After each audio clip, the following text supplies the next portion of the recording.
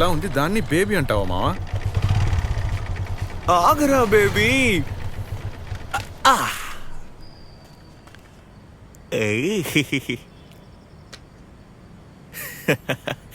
ఈ గిఫ్ట్ ని నువ్వు నాకు ఇవ్వాలనుకున్నావు, కానీ సర్ప్రైజింగ్ గా నేను నీకు ఇచ్చాను. చూసావా? Norma darling, Norma darling. ఏయ్, నేను చూస్తూనే ఉన్నాను. ఏం కావాలి నీకు?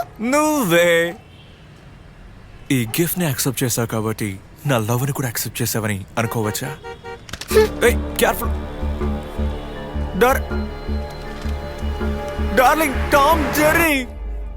ఎప్పుడైతే ఆ గిఫ్ట్ ని నా మొహం మీద కొట్టిందో అప్పుడే తను నా కోసం పుట్టలేదని డిసైడ్ అయ్యాను. అందువల్ల అందువల్ల ఆ గిఫ్ట్స్ అన్ని జాగ్రత్తగా ఉంచాను, ఇంకెవరికైనా ఇద్దామని. లూనా హిప్నటైజ్ చేసి నిజం రప్పించొచ్చు. వావ్. Please doctor.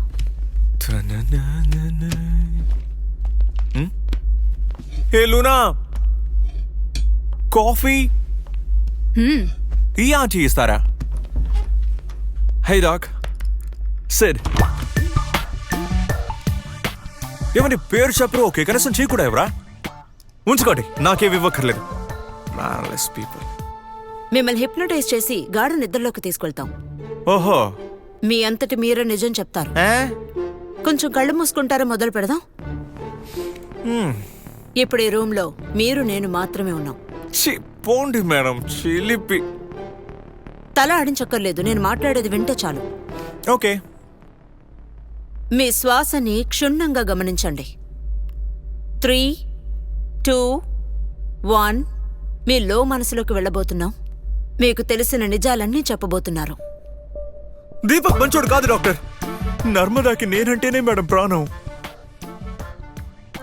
అది వాడికి నచ్చలేదు డాక్టర్. అందుకే వాడు ప్లాన్ చేసి షూట్ చేసేసాడు డాక్టర్. నర్మదాని షూట్ చేస్తాడు. బ్లడీ ఫుల్ డాక్టర్ వాడు. నర్మదాని షూట్ చేసేసాడు. ఇప్పుడు మీరు లో మనసులోంచి మెల్లమెల్లగా బయటకు వస్తున్నారు. వస్తాను డాక్టర్. నిదానంగా, కంగారు పడకుండా మెల్లగా కళ్ళు తెరవండి. Okay doctor.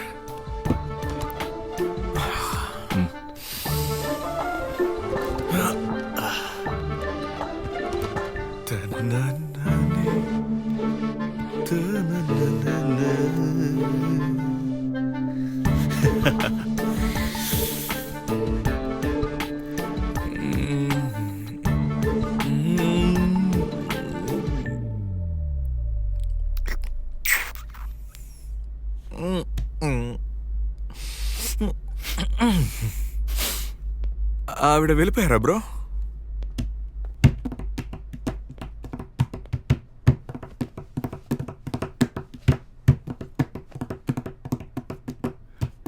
ఈ బీటే కదా? Awesome bro. నిన్ను హిప్నటైజ్ చేయమనలేదు, ఎందుకు అబద్ధం చెప్పావు? చేయమనలేదా?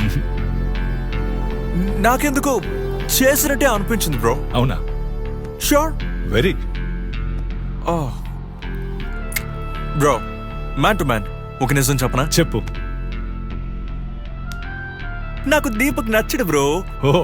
అది మాత్రమే కాదు, డెఫినెట్ గా వాడే చేస్తుంటాడు. నాకు తెలుసు బ్రో. ఏం తెలుసు? ఆ రోజు ఏం జరిగిందంటే,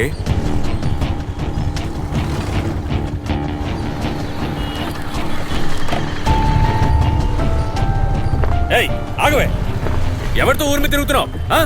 ఎందుకు ఇలా సైకోలో బిహేవ్ చేస్తున్నావు? అయినా నేను ఎవరితో తిరిగితే నీకేంటి? చా, నేను సైకోనా? మరైతే నాతో ఎందుకుంటున్నావు? పోవే, వెళ్ళిపో. నీకెవడ నచ్చుతాడో వాడితో వెళ్ళిపో. ఈ సైకో గాడితో ఉండకు, సరేనా? ఏయ్, నేనేం చేయాలో నువ్వు నాకు చెప్పక్కర్లేదు. నా లైఫ్ ని చూసుకోవడం నాకు తెలుసు. ఊరికే రోడ్డు మీద ఇలా అరవడం ఏం బాలేదు. వెళ్ళి పని చూసుకో. ఓ, అయితే నేను నీకు ఖర్చు పెట్టాను కదా, ఆ డబ్బు సెటిల్ చేసి వెళ్ళు. ఏయ్, ఇస్తాను, వెళ్ళు. వచ్చి ఏటీఎంలో డ్రా చేసి ఊరా. ఎందుకు ఇలా చీప్ గా బిహేవ్ చేస్తున్నావు? ఎవరు, నేనా? నీకు ఏడుపు రావట్లేదు కదా, మరి ఎందుకు నటిస్తున్నావు?